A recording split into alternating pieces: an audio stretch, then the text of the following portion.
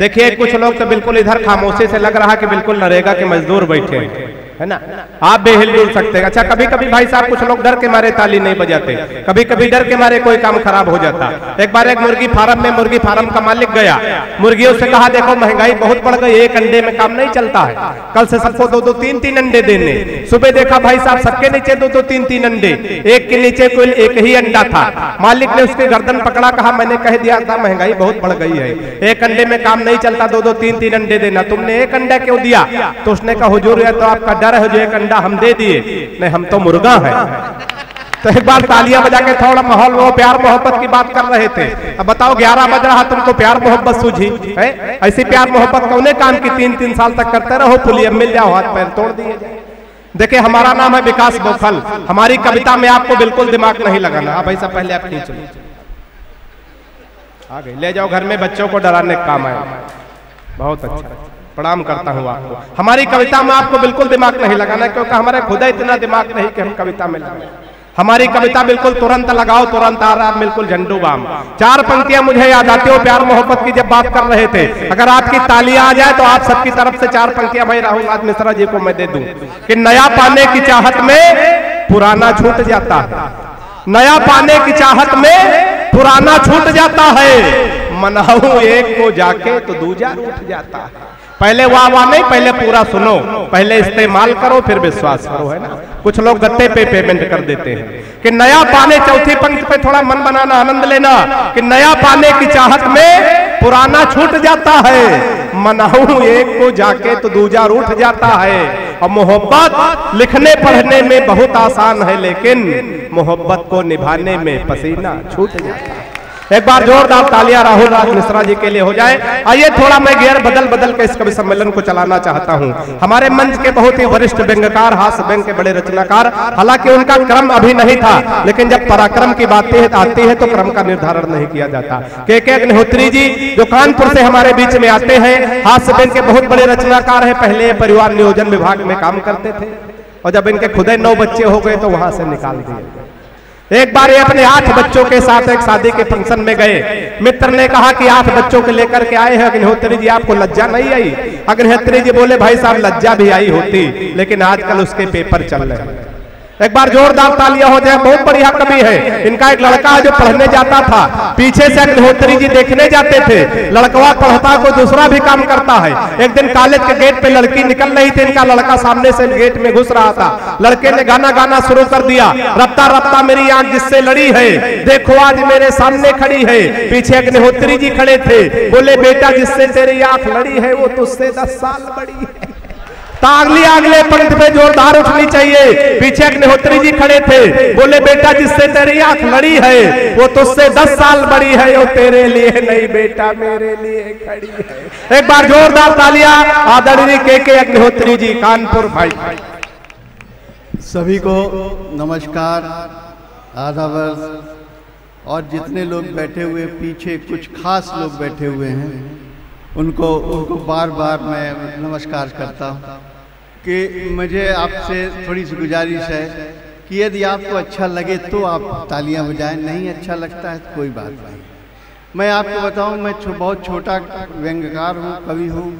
मुझे सुनने के लिए भाई साहब बहुत दूर दूर से लोग आते हैं। और अखिलेश भाई साहब सुनिएगा, पहले बात सुन लीजिएगा, बात सुन लीजिए फिर उसके बाद बोलिएगा। साहब आप नीचे से बहुत अच्छा बोल लेते हैं। सुने मेरी बात सुन ले भाई साहब, अब बात ही नहीं सुनेंगे तो फिर कैसे काम चलेगा। सुने, मैं आपको बता दूं, मैं अपनी तारीफ में 2 बातें कहना चाहता हूं कि मुझे अखिलेश सिंह जी खूब सुनते हैं, जो अपने बाप की नहीं सुनते हमको सुनते हैं। मैं आपको बता दूं कि जो कहना चाहता हूं, मैं बहुत छोटी छोटी बातें कहना चाहता हूं कि मेरे कभी थोड़े होली पे हमारी एक पत्नी की बहन जी आई थी घर में, तो बोली जीजू, सुनना भाई साहब बहुत ध्यान से सुनिएगा, आवाज बढ़ाओ यार, वहाँ आवाज जितने हो सब छोड़ दो एक बार में, आवाज बढ़ा दो, बहुत आनंद आएगा। ये धीरे धीरे बातचीत शुरू होगी, आप तक बात पहुंचेगी, आप बहुत आनंद आएगा निश्चित रूप से। आप मैं केवल आपसे गुजारिश करता हूं भाई साहब मुझे सुन लीजिए, आपके बाल बच्चे सुखी रहेंगे, सुन थोड़ा थोड़ी देर के लिए तालियां बजा दो एक बार, बस लगे कि आप जीवित हैं। तो अभी होली पे मेरी पत्नी की बहन जी आई थी जी, नहीं, वो नहीं कहा जा सकता है। और वो आई, बोली कि जीजू, क्या जमाना होता था दादाजी कि हम लोग जीजा हुआ करते थे। अब हमारी अम्मा एक खनखजूरा टाइप का एक कीड़ा लेके आई थी। बोली बेटा डरो, ये जीजू है। जब हमारी पत्नी की बहन जी बोली जीजू, तो हमें उस कीड़े में कोई अंतर नहीं रहा। विश्वास माने, मैं अपना दुख दर्द सुनाने के लिए आया हूँ, और शाहगंज के श्रोता, मुझे मालूम है कि शायरी सुने या ना सुने, हर आदमी का दुख दर्द जरूर सुनते हैं। मैं केवल दुख दर्द अपना सुनाने आया। बोली जीजू, कवि और पागल में कोई अंतर नहीं होता। पत्नी बोली अंतर होता है भाई साहब। मैं आपको बताऊं, प्रेमिका होती है जो आपको इधर उधर कर सकती है, पत्नी एक होती है जो आपको सहयोग करती है। पता नहीं प्रधानमंत्री जी काहे छोड़े पड़े हैं। तालियां बजती थी भाई साहब इसमें। मैं आपको बताता हूं क्यों छोड़े पड़े हैं, आज बताता हूं। उन्होंने योग सीख रखा है, योग।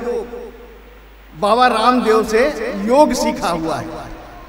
योग में जानते क्या होता है? सुनना। अरे भाई साहब सुन लो मेरे भाई, मान जाओ मेरे लाल। नहीं सुनोगे, हम जानते हैं नहीं सुनोगे, तुम सुनने के लिए आए ही नहीं। बेटा जाओ, आप जा रहे हो, कहाँ जा रहे हो? बेटा बेटा बेटा, जो कुछ करना यही कर लो बेटा। ये संस्कार हैं इन लोगों के, ये बहुत बड़े संस्कारी हैं लोग। जो यहाँ नहीं कर सकते वहाँ करने जा रहे हैं। बिहार होता तो यही कर लेते हैं। सुनना भाई साहब, प्रधानमंत्री जी योग करते हैं। वो क्यों योग करते हैं? सुनना भाई साहब, वो रामदेव ने सिखाया है। उन्होंने पत्नी इसलिए छोड़ दी कि रामदेव ने योग सिखा दिया है। अब योग क्यों सिखाया सुनिएगा भाई साहब। वो फूफा करते हैं, फू फू फू करते हैं, तो उसमें सुनिएगा भाई साहब। उनको मालूम हो गया है कि जब तक पुरानी सांस छोड़ोगे नहीं तो नई सांस मिलेगी नहीं। वाह। अब चाहे वो सांस जो है अफगानी हो या ईरानी, क्या मतलब है भाई साहब? तालियां बजनी चाहिए भाई साहब। कुल मिलाकर के बता रहा हूं, मेरी पत्नी की बहन जी बोली जीजू, कवि और पागल में कोई अंतर नहीं होता। पत्नी बोली अंतर होता है। मैं बताऊं दोस्तों, पत्नी एक आपको सहयोग करती, प्रेमिका कभी सहयोग नहीं करेगी। आप फोन करके देख लो भाई साहब, वो यही कहेगी 200 रुपए बैलेंस डलवा दो, यही कहेगी। पत्नी की बहन जी बोली जीजू, कवि और पागल में कोई अंतर नहीं होता। पत्नी बोली अंतर होता है। मैं आपको बताऊं, एक मंत्री हुए हैं, उनके एक तरफ का CFL गायब है। ऐसे एक मंत्री हुए हैं, पता नहीं, मैं नहीं जानता। एक तरफ का CFL गायब है। वो अपनी पत्नी के साथ, बड़े भाई सुन लेना भाई, मेरे भाई सुन ले। नहीं सुनोगे, हम जानते हैं नहीं सुनोगे। सुनो बेटा, एक बार ताली बजा दो, तुम सुना नहीं। ये 10-15 लड़के हैं, ये बहुत खास हैं। यही जो ताली बजाया है इन्होंने, ये सुनना नहीं, दूसरे को क्यों डिस्टर्ब करते हो? मेरा केवल आपसे निवेदन ये है कि यदि आप नहीं सुनना चाहते मत सुनो, परंतु दूसरे जो सुन रहे हैं उनकी बात क्यों करते हो? आप हो क्यों करते हो? आपके मुंह से अच्छी आवाज नहीं निकल सकती क्या? आप शाहगंज के श्रोता हो, जहीन श्रोता हो, यहाँ की मिट्टी के अंदर शरीयत होती है, और वो आप श्रोता हो। उनके आपके पिता बहुत अच्छे ढंग से सुना करते थे मुझे, आज तुम नहीं सुन रहे। जोरदार तालियां बजाओ बेटा, एक बार फिर सुनाता हूं मैं। बहुत अच्छा दादा, वाह। तंज को समझने के लिए बहुत तमीज चाहिए। सुनना। तो एक हमारे मंत्री हुए हैं जिनका एक तरफ का CFL गायब है। वो अपनी पत्नी के साथ कार में बैठ के चले जा रहे थे, तो जिधर का CFL गायब था उधर की तरफ इशारा करते हुए अपनी पत्नी से पूछा, इधर की दुकानें क्यों बंद हैं? अब जिधर का CFL गायब था उधर की तरफ इशारा करते हुए पूछा। पत्नी ने तो कहा, बताती हूँ। प्रेमिका कहती तुम ऐसे हो तो ऐसा है, उस पत्नी ने जो जवाब दिया, पूरे सदन की तालियां उस पत्नी के सम्मान में बजनी चाहिए। सुनना भाई साहब, जिधर का CSL गायब था उधर की तरफ इशारा करते हुए पूछा, इधर की दुकानें क्यों बंद हैं? पत्नी बोली, प्राणनाथ, जब हम लोग इसी रास्ते से लौटेंगे तो ये भी दुकानें खुल जाएंगी। बेटा समझ में आया तो तुम भी ताली बजा दो, तुम भी बजा दो। नहीं, बहुत समझ में आया बेटा, बहुत समझदार हो तुम, और तुम पता नहीं कैसे यहाँ पे उपस्थित हो। तुम्हें तो दिल्ली में होना चाहिए था, और दिल्ली में कहे को आगरा में होना चाहिए था। बरेली लायक तो हो ही चुके हो तुम्हें। बहुत बढ़िया तुम सुन रहे हो। क्या सुनते हो मेरे लाल? शाहगंज के श्रोता हो, कितने अच्छे लड़के हो भाई। रहीन अलिफ बे तक तो तुमने पढ़ी चुके होगे। थोड़ा सा सुन लो बेटा, सुन लो, मान लो मेरी बात, मान लो। मैं एक बात बताता हूँ, सुनना। 2 पंक्तियां पढ़ता हूँ कि सूखा सूखा सावन देखा। भाई साहब वो आप जो है, स्वागत है दादा, उनको ध्यान में दीजिए, आप सामने सुनाइए। सुनिए, ये 4-5 लड़के जो बैठे हुए हैं, ये बहुत जहीन लड़के हैं, बहुत समझदार लड़के बैठे हुए हैं। ये सब उस तरह के बैठे हुए हैं। आप बहुत जहीन, स्वागत है, वाह, अच्छे बच्चे हैं आप, बहुत अच्छे बच्चे हैं आप तो कहीं दूसरी जगह होना चाहिए था। मैं विश्वास मानो आपको तो इंशाअल्लाह यहाँ पे जो आजकल वो चुनाव होने जा रहे हैं, आपको खड़ा हो जाना चाहिए, आप जरूर जीते। सुन लो बेटा, सुन लो, मान जाओ, हाथ पैर, भैया सुन लो आप। स्वागत है दादा, स्वागत है, वाह। सुनिएगा, बात यह है कि बड़ी जहीन बात करता हूँ, और जब तंज की बात आती है तो जब समझदार लोग नहीं होते हैं और यदि नहीं समझ सके तो उसका क्या अर्थ? सुनना, कि सूखा सूखा सावन देखा, ऐसा भी मन भावन देखा। सूखा सूखा सावन देखा, ऐसा भी मन भावन देखा। ऊपर से रघुनंदन देखे, अंदर अंदर रावण देखा। वाह वाह वाह।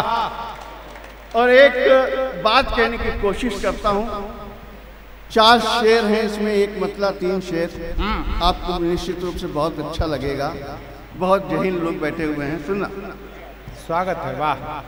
रदीफ और काफिये के अंदर गजल कहने की कोशिश की है, बड़े बहुत बढ़िया लोग बैठे हुए हैं। कि काफिले से अलग हो गए, काफिले से अलग हो गए, सिलसिले से अलग हो गए। वाह। काफिले से अलग हो गए, सिलसिले से अलग हो गए, और जब गवाहों की सूची बनी, मामले से अलग हो गए। वाह वाह वाह, क्या कहने के साहब, वाह वाह वाह वाह। जब गवाहों की सूची बनी, मामले से अलग हो गए। और ये शेर सुनिएगा, आप बहुत जहन में रखती, कि दूरियां इस कदर बढ़ गई, दूरियां इस कदर बढ़ गई, फासले से अलग हो गए। वाह। दूरियां इस कदर बढ़ गई, फासले से अलग हो गए। और ये शेर यदि आप ले जाएंगे, हमारे नौजवान दोस्त भी ले जाएंगे, तो निश्चित रूप से बहुत काम आएगा। ये एक शेर सुन लीजिएगा, ये शायद जहन में रखेंगे तो आपकी हो सकता है तकदीर बदल जाए। सुनिएगा। स्वागत है, वाह। आसमां आसमां वे ही छूते हैं जो, आसमां वे ही छूते हैं जो घोंसले से अलग हो गए। आसमां वे ही छूते हैं जो घोंसले से अलग हो गए, काफिले से अलग हो गए, सिलसिले से अलग हो गए। दोस्तों, मैं आपको बताऊं कि ये पत्रकारों का खेल है, सब बढ़िया लोग हैं यहाँ पर। मैं कानपुर में रहता हूँ। एक पत्रकार ने मेरे लिए एक बात लिख दी कि छाप दिया, मतलब पत्रकार भी हमारे मित्र हैं और थोड़े बहुत नाराज भी रहते हैं, तो उन्होंने लिख दिया कि लब्ध प्रतिष्ठित बैंककार के अग्निहोत्री का निधन, हम जीवित। बड़ी स्थिति खराब हो गई भाई साहब। बौखल जी का फोन आ गया तो मैंने रिसीव कर लिया। जब रिसीव किया तो वो बोले, कहले कौन? तो हमने कहा मैं के अग्निहोत्री बोल रहा हूँ। कहले कहाँ से बोल रहे? वो तो ये समझ रहे थे कि ऊपर से बोल रहे हैं, ऊपर से बोलेंगे। कहने अपना लग रहा निपट गया है, चलो भौजाई से चोचे लड़ाऊं इसलिए फोन किया था। ये चरित्रवान लोग तालियां बजाते हैं भाई साहब। मैं अपने दुख दर्द की बात अलावा कुछ दूसरी बात नहीं करूंगा। बोले कहां से बोल रहे हैं? हमने कहा घर से बोल रहे हैं। कहले अभी तक 12 बज गए, आपका दाह संस्कार नहीं हुआ। बड़ा खराब लगा भाई साहब, बहुत खराब लगा। तो मैंने गए हम अखबार के दफ्तर में, तो अखबार के दफ्तर में जब पहुंचे तो हमने कहा भाई साहब ये क्या लिख दिया है आपने, ये तो बहुत बड़ी खराब बात है, लोग बड़े फ़ोन आ रहे हैं, करीब 100-200 फ़ोन आ चुके हैं। तो उन्होंने कहा कि चलिए कोई बात नहीं, हम कल अच्छे ढंग से छाप देंगे, भूल सुधार में छाप देंगे। तो भूल सुधार में जो छापा वो सुन लीजिएगा। उन्होंने लिखा कल जो के अग्निहोत्री के निधन का समाचार छपा था वो भूलवश छप गया था, हमें दुख है कि वो अभी तक जिंदा है। तो ये हुआ ये कि मेरे लिए जो लिखा गया, तो मैंने भी एक पत्रकार को मारा अपनी कविता में। यदि आप लोग आदेश करें तालियां हो जाए। बाबा बाबा व्यंग सुनिएगा, यदि समझदारी थोड़ी दिखा देंगे तो निश्चित रूप से बहुत अच्छा लगेगा। समझने की बात, एक पत्रकार मरा, हिंदू मैथोलॉजी की बात कर, एक पत्रकार मरा, यमराज जी के सामने हो गया खड़ा, हाथ जोड़ करके बोला यमराज जी हमें स्वर्ग में जाने दीजिए। तो यमराज जी बोले स्वर्ग में पत्रकारों का कोटा पूरा है,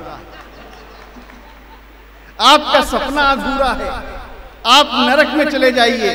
बड़े बड़े जर्नलिस्ट पलते हैं, बड़े बड़े अखबार निकल, सही बता रहा हूं आपको, सही बताता हूं कि स्वर्ग में कोई भी पत्रकार नहीं जाता, क्योंकि वहां पर कोई काम नहीं होता। स्वर्ग में सब कुछ अच्छा रहता है, सब कुछ घटनाएं जितनी होती नरक में होती हैं, इसलिए जितने भी पत्रकार मरते हैं सब नरक में जाते हैं। जोरदार तालियां बजा दीजिए, सच कह रहा हूं। एक पत्रकार मरा, यमराज जी के सामने हो गया खड़ा, हाथ जोड़ करके बोला यमराज जी हमें स्वर्ग में जाने दीजिए। यमराज जी बोले स्वर्ग में पत्रकारों का कोटा पूरा है, आपका सपना अधूरा है, आप नरक में चले जाइए। बड़े बड़े जर्नलिस्ट पलते हैं, बड़े बड़े अखबार निकलते हैं, उनके पास गाड़ी है, बंगले हैं। पत्रकार इतना सुनते ही ललचा गया, स्वर्ग के लिए आया था नरक में आ गया, स्वर्ग के लिए आया था नरक में आ गया, और नरक में काम भारी था, वहां चुनाव प्रचार जारी था। नरक में काम भारी था, वहां चुनाव प्रचार जारी था, कट आउट भाषण रैली का जोर था, बेहद शोर था। पत्रकार चकराया, उसे हिंदुस्तान और नरक में कोई फर्क नजर नहीं आया। उसे हिंदुस्तान नरक में कोई फर्क नजर नहीं आया। तो पूछा, यमराज जी बोले बस थोड़ा सा फर्क है कि यहाँ के नेता महापुरुषों को गालियां नहीं देते। यहाँ के नेता, एक बार बहन जी ने कह दिया था गांधी जी शैतान की औलाद हैं, तो इन्हीं लोगों ने जाने कितनी बातें बहन जी को कही थी। पर एक मैं था जो मैंने लिखा था उनके समर्थन में एक पत्र मायावती जी को, वो आज कहिए तो मैं पत्र वो लिख कर वो सुना दूं जो मैंने लिख कर भेजा था। तालियां बजा, सुनिएगा।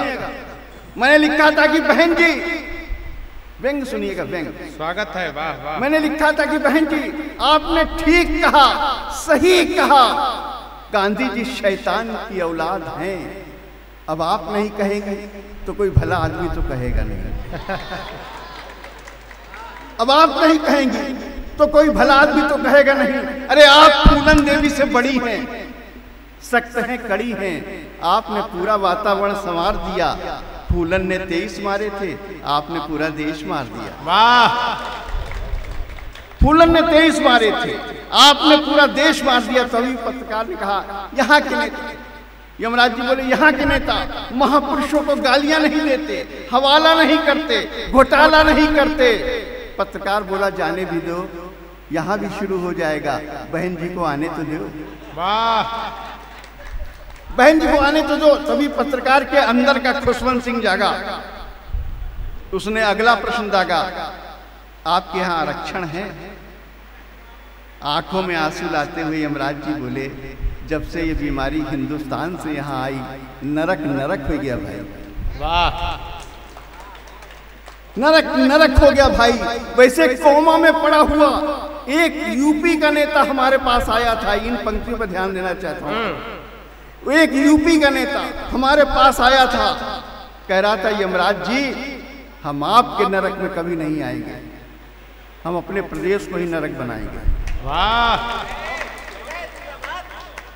हम आपके नरक में कभी नहीं आएंगे, हम अपने प्रदेश को ही नरक बनाएंगे। तभी कुछ सिरफिरे नेता सब साफ सुथरे राम राज का नारा लगाते हुए पास से गुजरे। यमराज जी बोले पश्चिम से सूरज निकल सकता है, नरक है यहाँ राम राज नहीं आ सकता है। वाह वाह वाह वाह वाह, नरक है यहाँ राम राज नहीं आ सकता, और हम भी नहीं चाहते हैं कि यहाँ राम राज्य आए। इतिहास अपने को दोहराए और निर्दोष मां सीता को फिर से निर्वासित किया जाए, फिर से निर्वासित किया जाए, फिर से निर्वासित किया जाए। दोस्तों बहुत अच्छा सुनते हैं आप लोग। मैं तो कानपुर में प्रैक्टिस करता हूँ, वकालत करता हूँ। आप जैसे श्रोता यदि हमें मिल जाए पूरे हिंदुस्तान के अंदर इसी तरीके से, तो हम अपनी दुकानें खत्म हो जाएगी। विश्वास माने आप जैसे जहीन श्रोता, बहुत अच्छे श्रोता हैं कि नए नए लड़के आ गए हैं, बहुत अच्छे बढ़िया ढंग से सुनते हैं। अरे ये 2-4 लोग बैठे हुए हैं, यदि आप लोग बहुत जहीन है, क्योंकि हम नई नई कुछ बातें कहने की कोशिश करते हैं। मैं आपको बताऊं, ये बुजुर्ग लोग बैठे हुए हैं, ये सब लोग बुजुर्ग बैठे हैं, ये कहते हैं कि जो आदमी महान बनता है उसके पीछे एक स्त्री का हाथ होता है। हम आज तक नहीं समझ पाए वो स्त्री कहाँ हाथ लगा देती है। हाँ सही बता, ताली बजा। हमने अपनी पत्नी से कहा कि 10-15 हाथ लगाओ, अच्छी जगह लग जाए तो हम भी महान बनेंगे। सही कह रहे हैं। तो हमने कहा ये हाथ लगाने का मतलब ये है कि आदमी के स्त्री जो है सहयोग करती है तब आदमी महान बनता है। तो मैंने एक दिन अपनी पत्नी को बताया, बातों ही बातों में उसको समझाया कि पुरुषों को महान बनाने में उनकी स्त्रियों का बड़ा योगदान रहा है।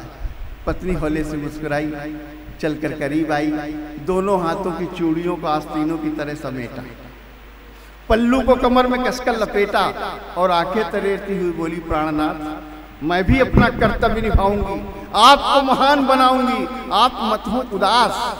बस इतना बता दें, आप तुलसी बनेंगे या सूरदास। अपने अपने अपने के अलावा मैं किसी दूसरे के ऊपर बात ही नहीं करना चाहता। मैं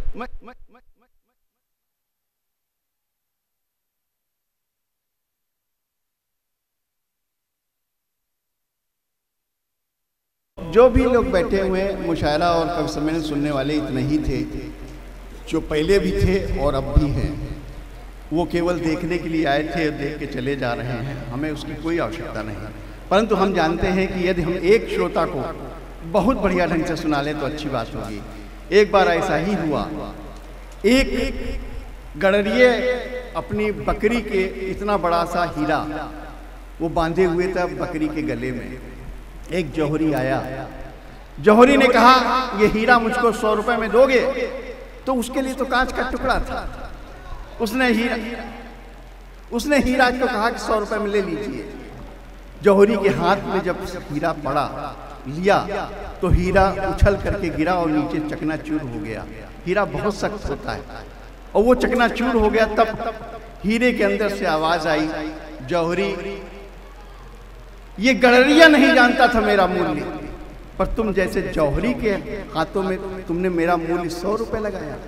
तो यहाँ पे जितने लोग बैठे हुए हैं शायरी के शौकीन हैं, वो जौहरी हैं, परंतु आज मैं देख रहा हूँ कि यहाँ पे लगता है कि जौहरी नहीं है, हम गड़रियों के बीच में कविता पाठ कर रहे हैं। पर जोरदार तालियां बजा करके ये बता दीजिए कि आप जौहरी हैं। और अच्छी बात करने की कोशिश करता हूँ। पीछे लोग जो बैठे हुए हैं केवल देख रहे हैं, उसकी आवश्यकता नहीं।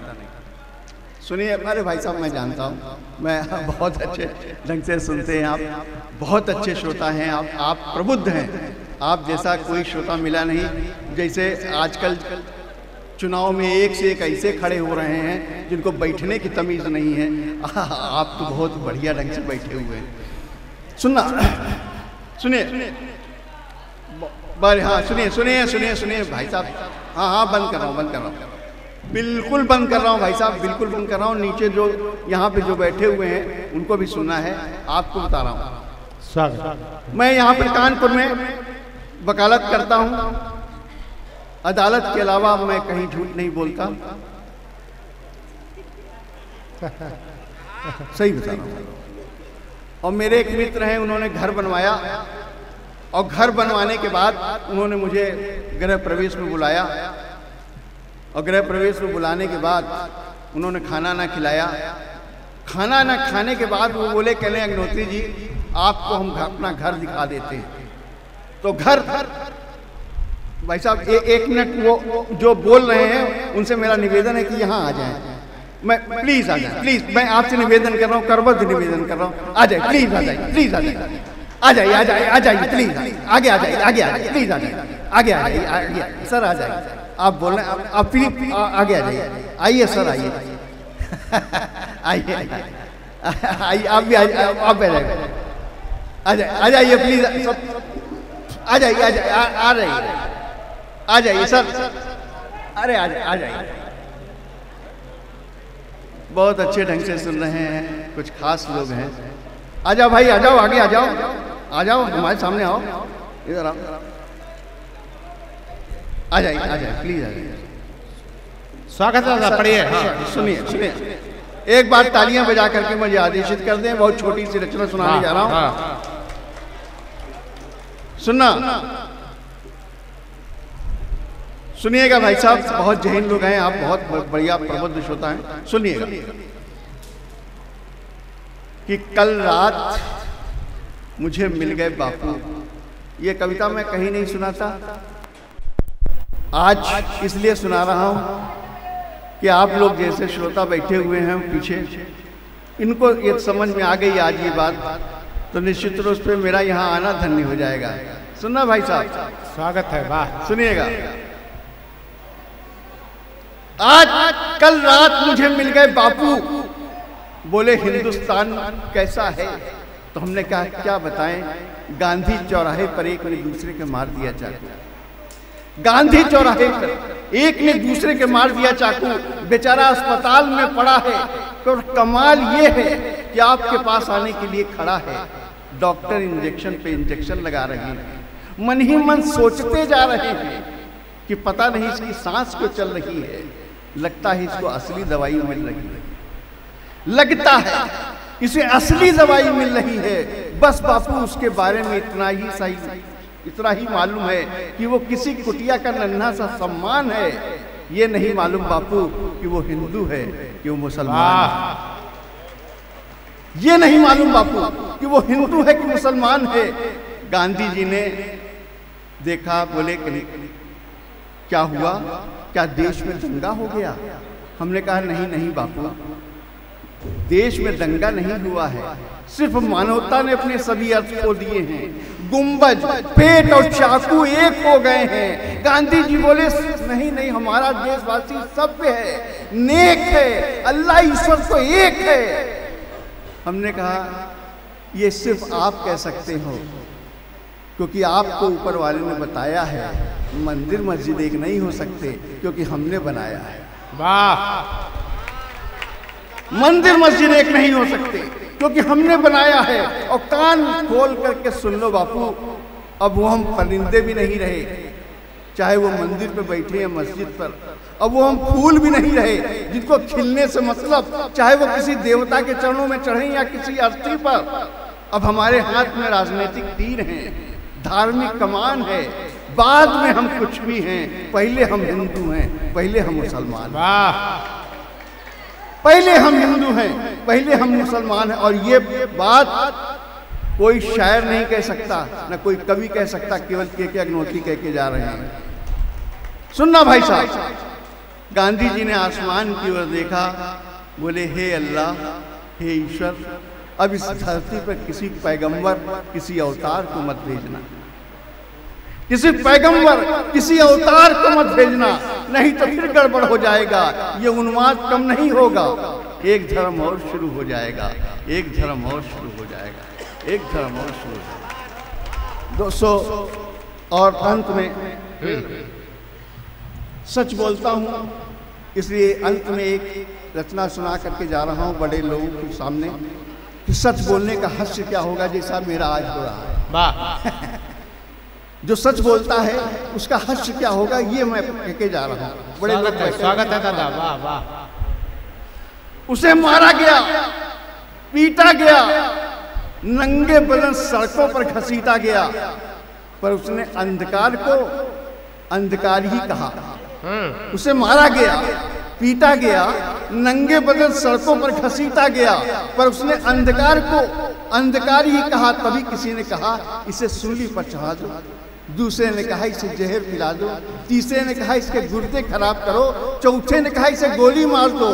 तभी एक जोरदार आवाज आई, नहीं नहीं भाई, सूली पर चढ़ाओगे, ईसा मसीह बनाओगे, इसे जहर भी मत पिलाना, नहीं तो इसका नाम इतिहास में आ जाएगा, ये सुकरात हो जाएगा, और माना कि तुम इसके गुर्दे खराब करोगे, फिर डायलिसिस पे रखोगे। मैं तुमसे पूछता हूँ कि सिर्फ 2.5 साल के लिए सब क्यों करोगे? ऐसे गोली भी मत मारना, नहीं तो एक समाधि और बन जाएगी, कसम खाने वालों की संख्या बढ़ जाएगी। इसे गोली भी मत मारना, नहीं तो एक समाधि और बन जाएगी, कसम खाने वालों की संख्या बढ़ जाएगी। तभी किसी ने कहा इस पर मिट्टी का तेल छिड़को और जिंदा जला दो।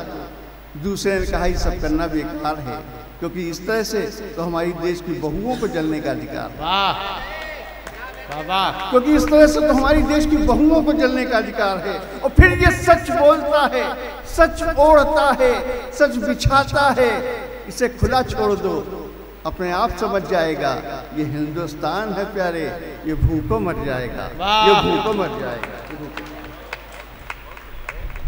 एक बार जोरदार तालियां आदरणीय के अग्निहोत्री जी के लिए हो जाएं। बहुत अच्छे बड़े मार्मिक व्यंग उन्होंने पढ़े, बड़े मन से आप लोग सुन रहे हैं। आइए समय ज्यादा न लेते हुए के साहब ने जो अपनी बात व्यंग के माध्यम से पहुंचाई, उसी बात को आगे बढ़ाते हुए